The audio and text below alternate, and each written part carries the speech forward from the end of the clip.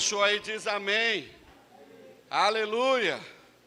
Mateus 13. Vamos ler a partir do versículo 3, eu quero ler acho que até o 23. Falou-lhes, Jesus falando, e falou-lhes muitas coisas por meio de parábolas, dizendo, o semeador saiu a semear, e enquanto semeava, uma parte da semente caiu à beira do caminho, e as aves vieram e a comeram. Outra parte caiu em solo pedregoso, onde não havia muita terra, e logo brotou, pois a terra não era profunda. Mas saiu o sol e a queimou, e como não tinha raiz, secou. Outra parte caiu entre espinhos, os quais a sufocaram quando cresceram. Mas outra parte caiu em terra boa e deu fruto. Um grão produziu outro 100, outro 60 e outro 30. Quem tem ouvidos, ouça. E aproximando-se ele, os discípulos lhe perguntaram, por que falas às multidões por meio de parábolas? E Jesus respondeu, porque a vós é dado conhecer os mistérios do reino, mas não a eles. Pois aos que têm lhe será dado, e terá em grande quantidade, mas ao que não tem, até aquilo que tem lhe será tirado. Por isso eu lhes falo por meio de parábolas, porque vendo não veem, e ouvindo não ouvem nem entendem. E nele se cumpre a profecia de Isaías que diz, ouvindo ouvireis, e nunca entendereis, e vendo vereis, e jamais percebereis. Porque o coração desse povo se tornou insensível, e com os ouvidos ouviram de má vontade, e fecharam os olhos para que não vejam, nem ouçam com os ouvidos, nem entendam com o coração, nem se convertam e eu os cure. Mas bem-aventurados os vossos olhos, porque veem, e os vossos ouvidos, porque ouvem. Pois em verdade vos digo que muitos profetas e justos desejaram ver o que vedes, e não viram, e ouvir o que ouvis, e não ouviram. Compreendeis, pois, a parábola do semeador. Aqui Jesus interpreta o que ele diz nos versículos acima. A todo que ouve a palavra do reino e não a entende, vem o maligno. Outras versões dizem, vem Satanás, o diabo, coisa ruim, cramunhão, aquele lá mesmo. Vem o maligno e tira o que lhe foi semeado no coração. Esse é o que foi semeado à beira do caminho. E o que foi semeado no solo pedregoso, esse é o que ouve a palavra e a recebe imediatamente com alegria, mas como não tem raiz em si mesmo, dura pouco. Quando vem a tribulação ou a perseguição por causa da palavra, logo tropeça. E o que foi semeado entre os espinhos, esse é o que ouve a palavra, mas as preocupações do mundo, a sedução da riqueza, sufocam a palavra e ela não produz fruto. Aí agora o versículo 23, mais uma vez vai falar de nós aqui da Abrace. Mas o que foi semeado em boa terra, aquele que foi semeado em boa terra, esse é o que ouve a palavra e a entende, e dá fruto. E cada fruto, para cada um produz 100, outro produz 60 e outro produz 30. Senhor, em nome de Jesus, é a Tua palavra. Fala conosco, que o nosso coração esteja aberto, que nós possamos aprender, que nós possamos ruminar o que entendermos aqui, ó Deus, e praticarmos a Tua palavra. Que o Teu Espírito Santo haja nos nossos corações e na nossa mente neste momento, em nome de Jesus. Amém. Capítulo 13 de Mateus, nós vamos ver 7 parábolas, que são historinhas contadas por Jesus. São historinhas comparativas. Sempre que a gente ouve uma palavra, a ideia é que com aquela história nós façamos um paralelo, lado a lado, um paralelo com a nossa vida, uma aplicação imediata à nossa vida. Por isso que nós aqui na igreja incentivamos o devocional, incentivamos o estudo bíblico, incentivamos que vocês participem dos nossos pequenos grupos, dos grupos de convívio, que a propósito, amanhã nós retomamos os nossos pequenos grupos, inclusive com um novo grupo aqui em Carapicuíba, na casa do Léo e da Lívia, amém? Amanhã nós iniciamos uma outra oportunidade que Deus está dando para a igreja. Amanhã nós iniciamos um novo grupo de convívio ali em Carapicuíba, amém? Vamos estudar a Bíblia, estamos estudando os atributos de Deus, não é verdade? Tem sido uma grande bênção. E a palavra de Deus, ela serve para nos confrontar. Quando nós estudamos a Bíblia, nós estamos aprendendo sobre a vida de Jesus, sobre os mandamentos de Jesus, os preceitos de Jesus, e colocá-la lado a lado com a nossa vida. para comparar, poxa vida, estou andando como Jesus andou, estou procurando ser um servo de Jesus, né? Para entendermos a palavra, para vivermos a palavra, e assim vai, essa é a vida do crente, né? Nós precisamos, e aqui nesta parábola, Jesus está mais uma vez dizendo aos seus ouvintes, e falando a cada um de nós, ouçam, entendam, com essa história, coloque-se aí lado a lado, identifique-se com ela e vê quais são os pontos que você precisa se arrumar. O Evangelho de Mateus, ele tem 5 grandes sermões, o mais conhecido, aí, o mais famoso, né, o Sermão do Monte, com várias instruções. Em alguns pontos, Jesus fala diretamente com os seus discípulos, mas em outros grandes casos, Jesus está falando diretamente às multidões. E graças a Deus que ele falou às multidões, porque aí essa notícia, essa fofoca, foi vindo, e chegou até nós. E por que eu digo essa fofoca? Já observaram os textos lá no Evangelho, quando Jesus cura o cego, quando Jesus cura o leproso, quando ele ressuscita lá a filha de Jairo, o que ele fala? Não comentem isso com ninguém, é segredo.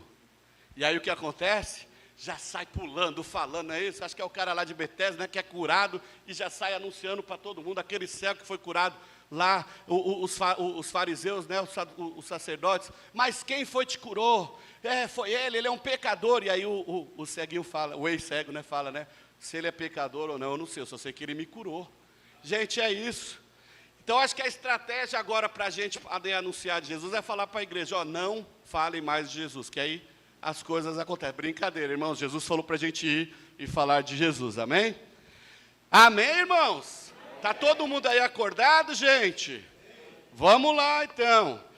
A maioria de nós aqui nesta manhã, a maioria, não todos, a gente não entende muito de lavoura. O que eu entendo de lavoura é o que eu vejo lá no Globo Rural, quando sem querer eu estou passando lá o controle e vejo. Mas, naquela época, Jesus provavelmente, quando está em cima do barco falando à multidão, que ele está do outro lado da margem do rio, talvez do rio da Galileia, nós vamos ver que, provavelmente, ele estava vendo alguém semeando no seu campo. Provavelmente. Mas ele conhecia o contexto do seu povo. E aí ele vê um semeador que saiu a semear. E esse saiu a semear é a lanço. O que é o semear a lanço? É lançar a semente mesmo. Então, o semeador, ele saía lançando, jogando aquele monte de semente, né? Ele ia e voltava para depois arar, né? Fazer o sulgo, que são aqueles buracos onde até a semente vai entrar e vai germinar. Há alguns casos que naquela época o arado era feito antes e depois, mas na maioria das vezes, por praticidade, o arado era feito apenas depois. Eu não consigo imaginar muito isso, porque quando a gente vê lá na televisão, são aquelas máquinas imensas, né?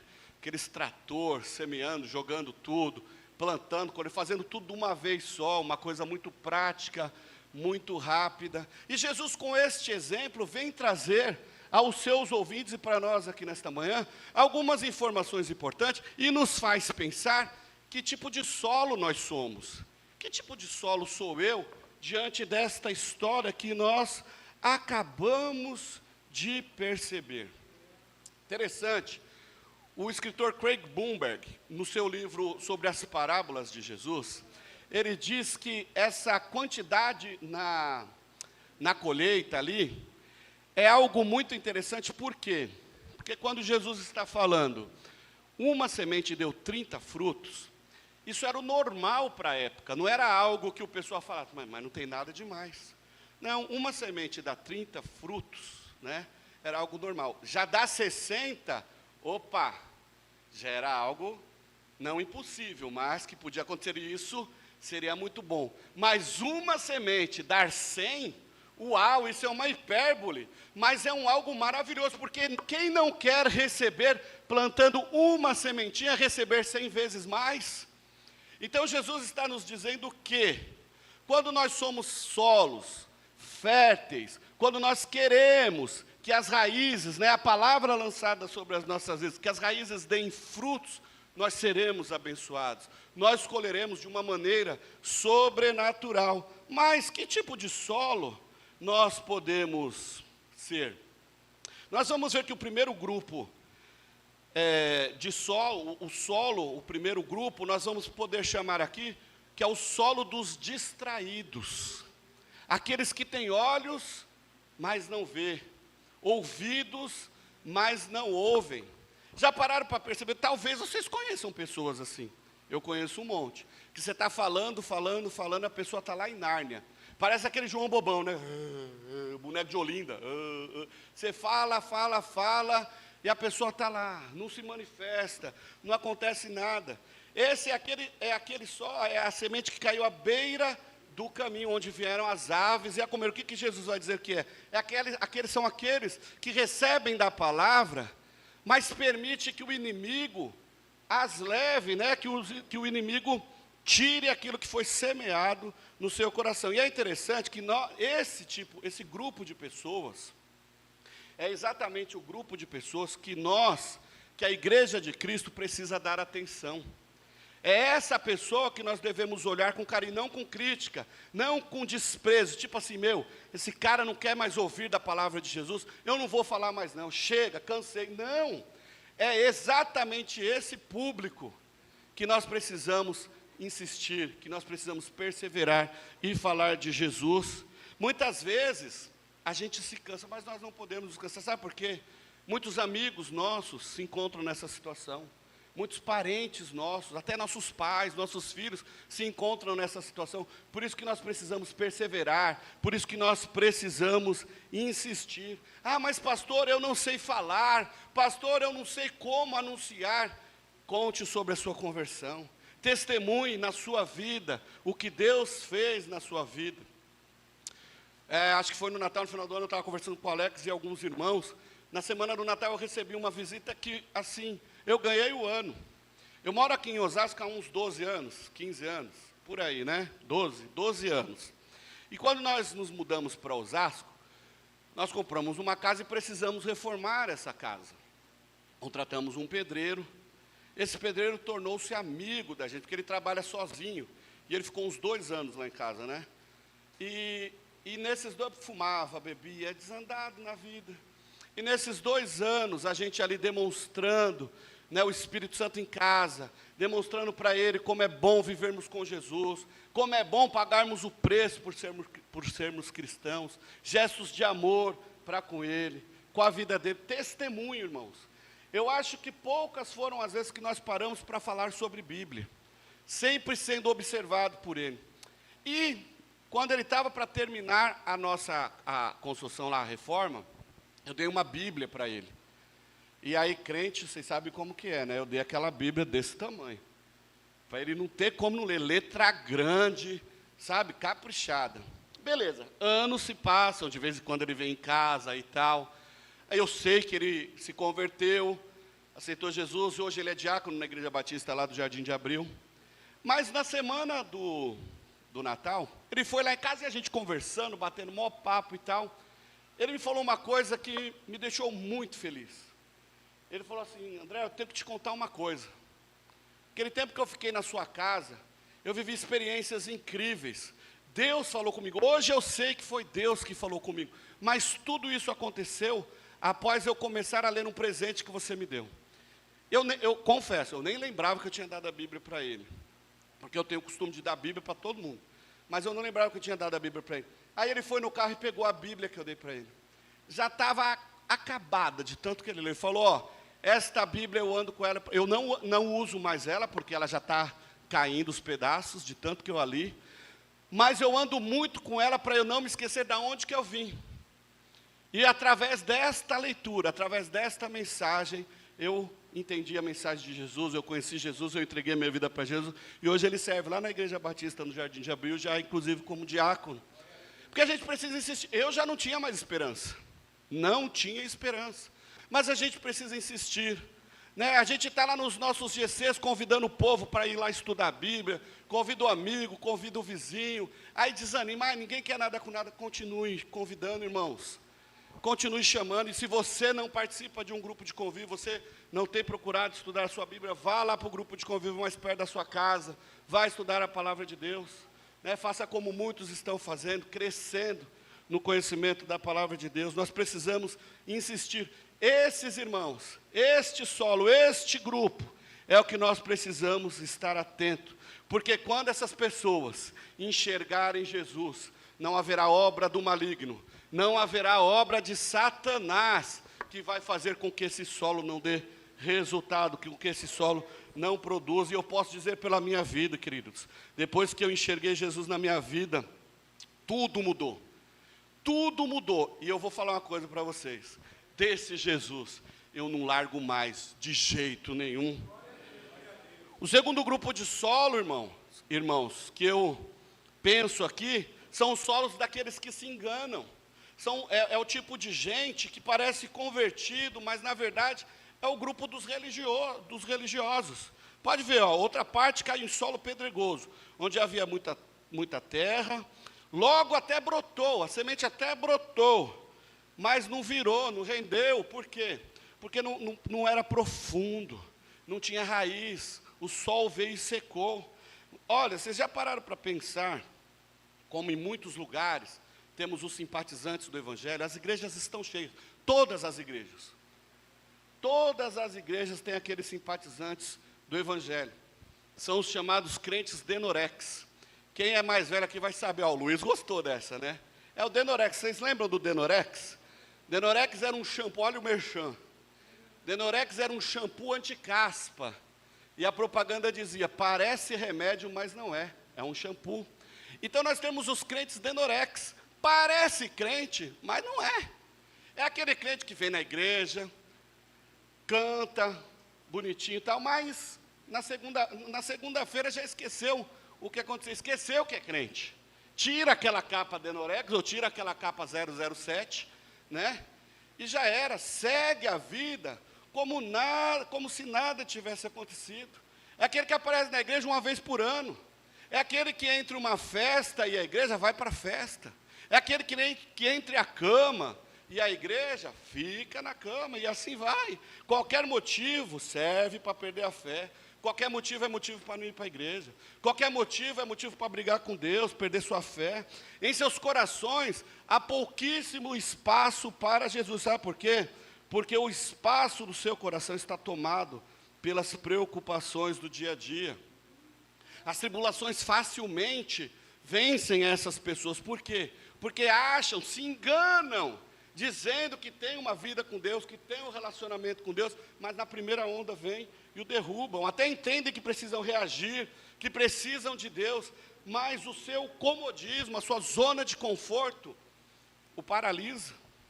Esse grupo precisa abrir o coração de verdade para se aprofundar em Deus, para conhecer a Deus, né? Aquele sulco, né? O buraco que o semeador faz ali, abrir o coração, porque para que as raízes possam se aprofundar, porque sem raízes não há fruto, não dá para produzir sem raiz, não dá para ser um crente artificial, superficial.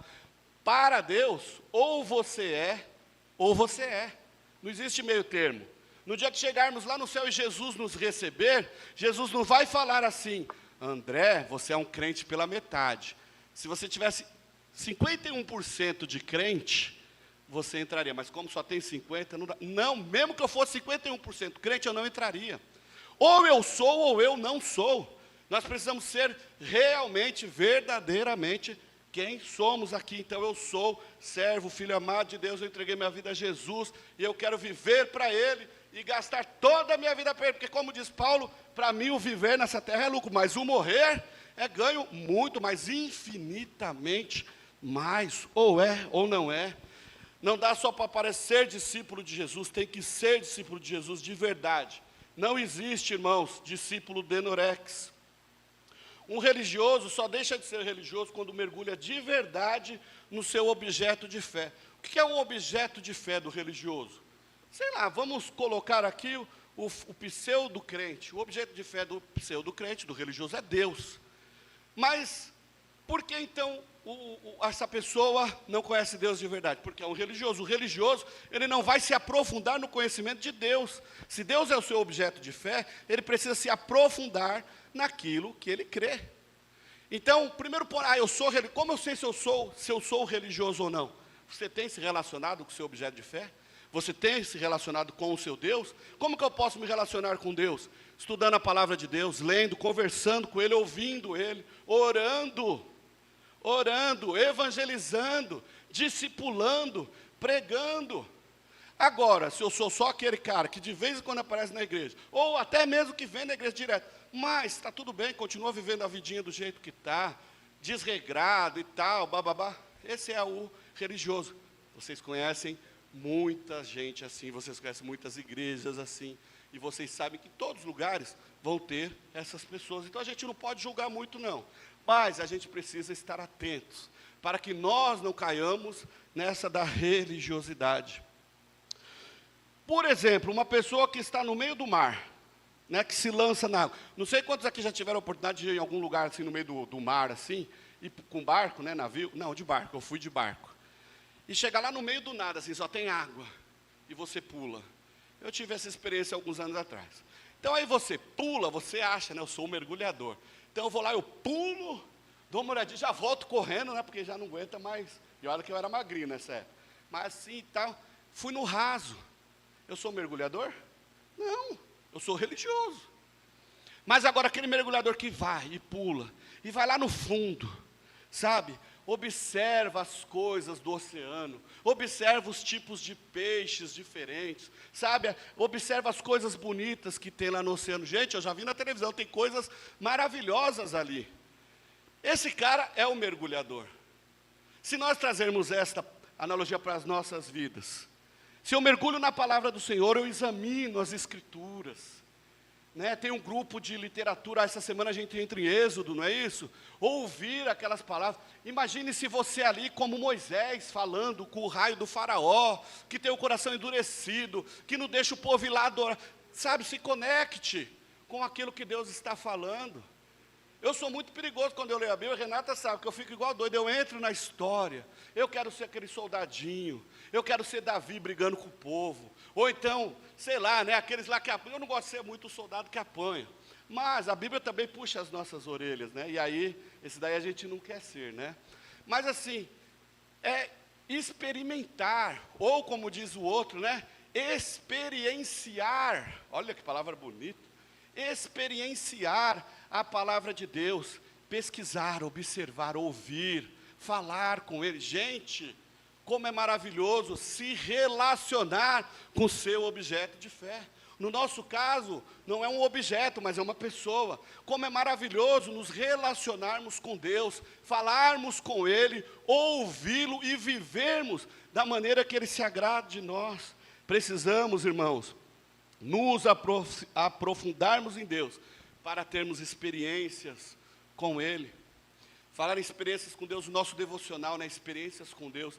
Quem está fazendo está sendo grandemente abençoado. Está sendo uma experiência muito linda, esse devocional que toda a igreja está fazendo.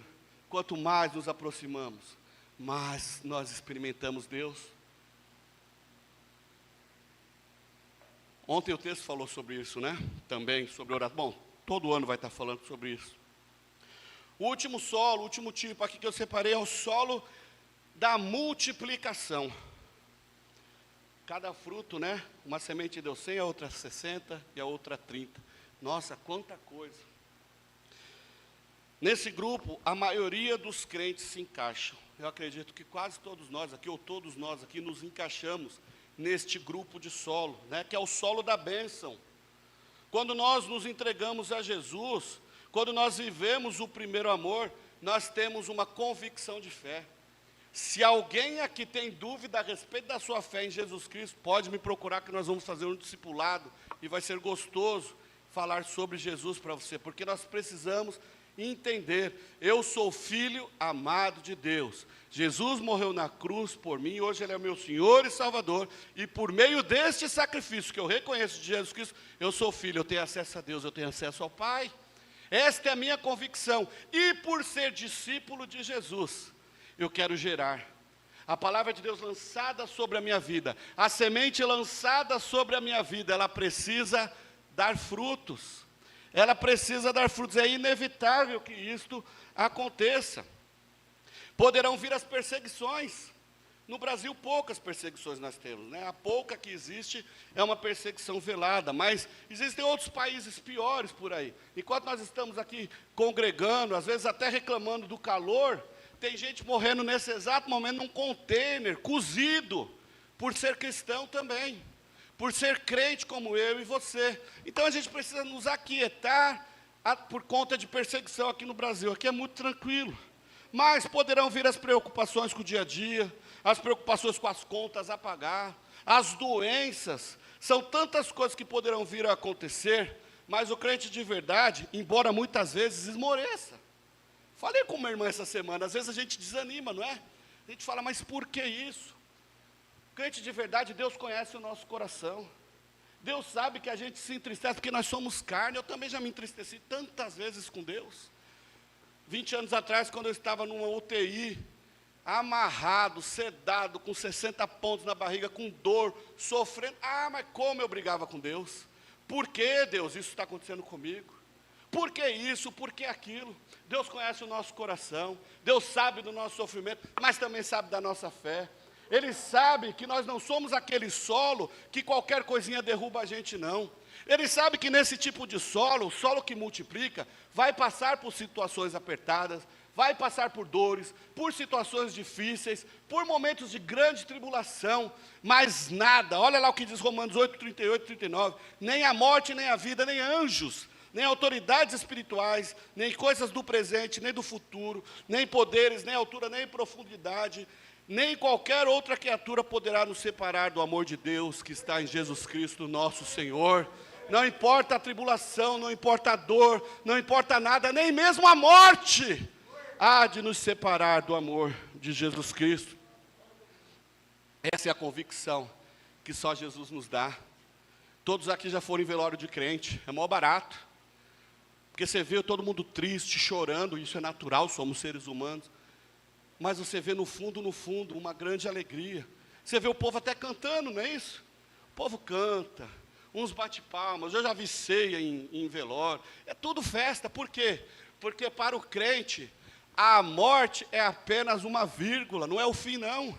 A morte encerra aqui, mas nós continuamos a nossa vida eterna. E imediatamente, quando nós fecharmos os nossos olhos aqui, quando pararmos de respirar aqui, o Senhor Jesus já vai estar, pode falar, mas ele vai estar na filial da Abraço, lá porque ele já vai estar lá, com os braços assim, prontinhos para te abraçar e receber.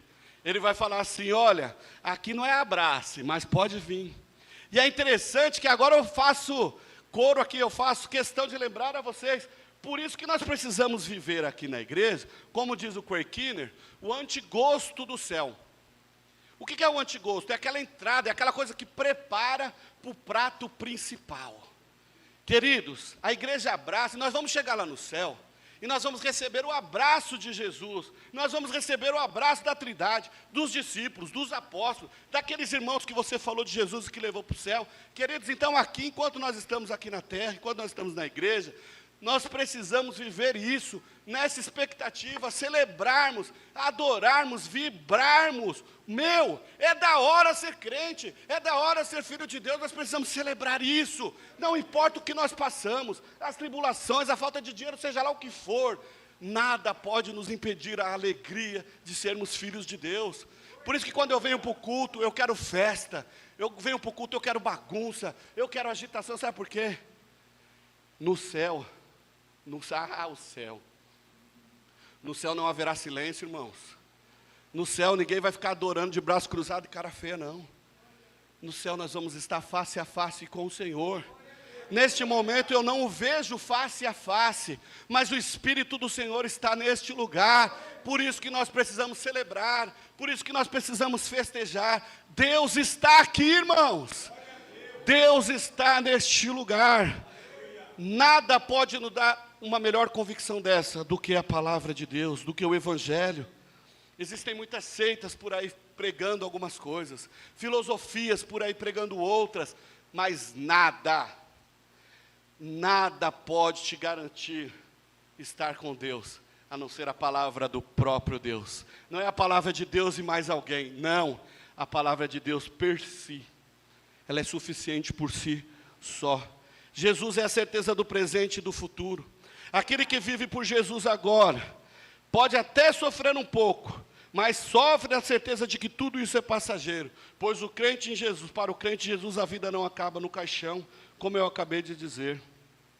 Nós precisamos entender que quando nós somos um solo fértil, nós frutificamos, e quando nós somos frutíferos, nós somos abençoados. Você quer ser abençoado? Faça aquilo que Jesus mandou você fazer. Você quer as bênçãos do Senhor sobre você?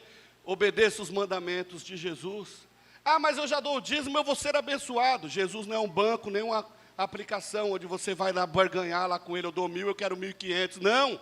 Você quer as bênçãos do Senhor, você quer atrair as bênçãos do Senhor sobre a sua vida. Creia no Senhor Jesus Cristo e obedeça os seus mandamentos, e você e a sua casa será abençoada. Todo crente é um solo bom, e como solo bom precisa dar frutos, não tem jeito. Isso quer dizer que nós nem todos seremos cristãos excepcionais. Por isso que o texto diz, né, uns vão dar 30, outros vão dar 60, outros vão dar 100. Uns vão gerar mais do que outros, mas Jesus, Ele não está olhando para a sua quantidade, mas para a sua qualidade. A matemática de Jesus é muito louca, porque ambos os casos são frutos que agradam o Pai. Olha que interessante exemplos que nós podemos dar. Billy Graham. Billy Graham, ele é um cara conhecido porque ele pregou em grandes estádios lotados. Quando ele fazia o apelo, milhares de pessoas se convertiam ao mesmo tempo, não é isso? Mas há aquele, por exemplo, um exemplo lá na capelania. Há alguns irmãos que vão lá, fazem visitas há tantos anos e conseguem evangelizar 3 pessoas, dessas 3, uma é ganha para Jesus. Ah, mas qual é o resultado da colheita? Um foi extraordinário, né? Um deu 100, o outro deu 30. Para Jesus isso não é importante. Para Jesus é importante que a gente dê frutos. Esta é a mensagem. Então não se envergonhe, testemunhe daquilo que Deus fez na sua vida, gere frutos, né? É a nossa missão, ser e fazer discípulos de Jesus. Eu gosto muito da missão da Igreja Abrace. Mateus 28:19, ide fazer discípulos de todas as nações, batizando-os em nome do Pai, do Filho e do Espírito Santo, ensinando-os a guardar todas as coisas que vocês tenho dito, e eis que estou convosco todos os dias, até a fundação do mundo. Ser e fazer discípulos. Essa é a missão da igreja. Por isso somos abençoados. Quando nós somos frutíferos, somos abençoados. Por isso somos o solo da multiplicação. Multiplicação nos lembra bênção, nos lembra prosperidade também. Quando nós somos bênçãos na vida de outros, nós também somos abençoados. Quando nós somos bênçãos na vida de outro, nós também prosperamos. O Senhor tem abençoado muita gente, para que possamos abençoar outros também, e assim vai.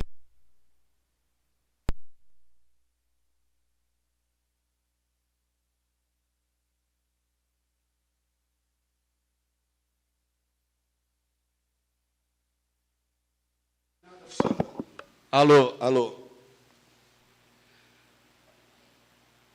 Precisamos entender, irmãos, que para sermos prósperos, frutíferos e abençoados, obedecermos os mandamentos do Senhor, caso consumado, não há outro meio. Ah, mas eu quero ser abençoado de outra forma. Não existe outra forma. Não existe outro caminho. Não existe outro meio. Agora eu quero concluir falando mais um pouquinho sobre os frutos, sobre as sementes, sobre os solos. A gente vê que no ciclo do crescimento das plantas frutíferas, o fruto é a última coisa que vai acontecer. Tudo vai começar com a semente lançada no solo. Esse solo, ele precisa ser bem cuidado, ele precisa ser regado. A semente precisa ser bem cuidada para que chegue a fazer raízes. A palavra ela é lançada sobre a vida do crente. Essa palavra, a semente, ela precisa gerar raízes. E como nós fazemos isso? Buscando mais de Deus, nos aprofundando na palavra do Senhor, nos aprofundando nos relacionamentos com o Senhor, testemunhando o Senhor. Olha, a raiz vai crescendo, a raiz vai crescendo. Quanto mais eu oro, quanto mais eu me relaciono com Deus, quanto mais eu mergulho nele, a raiz vai crescendo. a raiz vai crescendo e daqui a pouco vai começar a dar fruto, porque é automático. Quanto mais você se relaciona com Deus, mais você vai amar aquilo que Deus ama. E o que Deus ama? Vidas. Deus ama pessoas. Jesus morreu por pessoas, e aí você automaticamente também vai amar aquilo que Deus ama, e você vai querer anunciar para todas as pessoas que você vê na sua frente, você vai querer falar de Jesus. Quanto mais nós nos aprofundamos, as raízes vão crescendo, crescendo, crescendo, crescendo, e diz aí os entendidos do assunto que geralmente a raiz, lá embaixo aquilo que está escondido, é maior do que aquilo que a gente vê aqui fora, não é isso? Esse aí é o princípio da fundação. Uma fundação sempre será maior do que aquilo que está suportado. O pastor fundador lá do Jesus Culture, o Benny Libich, no livro Enraizados, ele diz uma coisa muito interessante a respeito disso, e eu achei muito bom, eu quero compartilhar com vocês. Ele diz assim, ó: para Deus nos produzir frutos abundantes e duradouros, Ele vai primeiro nos tornar maiores por dentro do que somos por fora. Olha que coisa linda. Para que a gente possa dar fruto, a gente não vai dar fruto de qualquer jeito, bagunçado, não. Primeiro Ele vai trabalhar na nossa vida.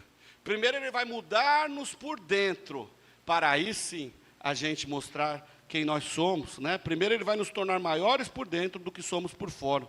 É preciso então deixá-lo construir um sistema de raízes em secreto, antes que Ele nos conduza a um impacto invisível no mundo. Se queremos chacoalhar o bairro de Quitaúna, se queremos impactar Osasco com a palavra de Deus, é preciso primeiro nós estarmos enraizados em Deus. Assim como a terra é a fonte de vida para as raízes das plantas, Deus é a nossa fonte de vida. O Salmos 92, de 12 a 15, diz assim: os justos florescerão como a palmeira, crescerão como o cedro do Líbano, plantadas na casa do Senhor. Florescerão os justos florescerão como a palmeira, crescerão como o cedro do Líbano, plantadas na casa do Senhor, florescerão nos átrios do nosso Deus. Na velhice ainda darão frutos, serão viçosos e verdejantes, para proclamar que o Senhor é justo. Ele é a minha rocha e nele não há injustiça. Vamos observar um pouquinho essa analogia da planta. A árvore plantada, né, na casa do Senhor, que floresce, e ainda na velhice continua a dar frutos. Esta árvore, ela foi plantada na terra. Vocês já viram uma árvore viver sem terra? Eu ainda não vi. Eu vejo essas aqui porque é tudo de plástico, né? Não é árvore de verdade. Vocês já viram peixe viver fora da água? Eu também ainda não vi. Mas olha o que diz lá em Gênesis 1, lá na criação, versículos 8, 9, 10, 11, 12 ali, até o 15 vai falar dos peixes, mas Deus diz assim, para a terra, Deus diz para a terra, produza vegetais, produza plantas, e a terra produziu os vegetais, a terra produziu as plantas. Versículo 15, Deus disse às águas, produza seres aquáticos. A água produziu seres aquáticos. A água produziu peixe. Agora, quando é o homem, ele não disse para a terra, terra, produza homens. Água, produza homens. Não, não foi isso que ele fez. O que ele fez? Ele fez uma auto-reunião, não é isso? A trindade ali, todo mundo conversando entre eles, os três, Pai, Filho e Espírito Santo. Façamos o homem, Gênesis 1, 26. Façamos o homem a nossa imagem e semelhança. Queridos, assim como a planta, a terra é a fonte de vida da planta, assim como a água é a fonte de vida do peixe, Deus é a nossa fonte de vida, nós saímos dele, nós temos as digitais dele, ele nos fez com as suas próprias mãos, é dele que gera a vida em nós, foi ele que soprou em nós o fôlego da vida. Queridos, nós somos essência de Deus, nós somos o solo tipo Deus. Já pararam para pensar nisso? Por isso que precisamos andar como Jesus andou, amar aquilo que Jesus ama, sermos como Jesus ama e fazermos aquilo que ele é glorificado. E eu encerro aqui com João 15, 8. Meu Pai é glorificado nisso, e que deis fruto para a glória de Deus, e assim sereis meus discípulos. Discípulo gera discípulo, e nisso Deus é glorificado. Meu Pai é glorificado nisto e que deis frutos para a glória de Deus. 2024 é o ano da colheita, irmãos. 2024 é o ano do sobrenatural. Deus vem falando conosco desde o final do ano. Falou no culto da virada, falou a semana passada sobre o tempo. O irmão Paulo pregou aqui a semana passada sobre o tempo. O que nós estamos fazendo com o tempo, com o nosso tempo? Aonde nós estamos investindo naquilo que vai dar fruto para a eternidade ou naquilo que é efêmero, passageiro? Na quarta-feira, a missionária pregou aqui, também falou disso, sobre nos aprofundarmos e sairmos para fora, para vivermos o sobrenatural. E nesta manhã Deus está falando conosco, é hora de darmos frutos, porque nós somos solos bons, nós não somos solos dos distraídos ou dos religiosos, nós somos o solo da multiplicação, nós somos o solo da bênção de Deus, amém? Coloque-se em pé que eu quero orar com você, Pai, em nome de